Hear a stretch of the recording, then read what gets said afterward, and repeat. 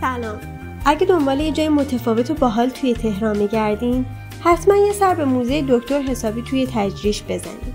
اینجا خونه کسیه که نه تنها پدر فیزیک نوین ایرانه، بلکه تنها ایرانی که شاگرد مستقیم آلبرت انیشتین بوده. دکتر حسابی یه آدم معمولی نبود. نابغه‌ای بود که به چند تا زبان زنده دنیا مسلط بود. هم موسیقی میدونست، هم نقاشی، هم مجسمه سازی و البته یک دانشمند تمام عیار بود. تو موزه وسایل شخصیش، کتابهاش، دست‌نوشته‌ها، ابزارهای علمی و حتی مجسمه‌هایی که خودش ساخته رو میتونین ببینید. قدم زدن توی این خونه مثل قدم زدن توی ذهن یک آدم بی‌نهایت خلاق و باهوشه. اگه دوست داری از آدمای بزرگ الهام بگیری، اینجا یک تجربه فوق‌العاده است. اگه از این گشت و گذار تو دل تاریخ خوشت اومد، خوشحال میشم که لایک کنی و کانال رو سابسکرایب کنی.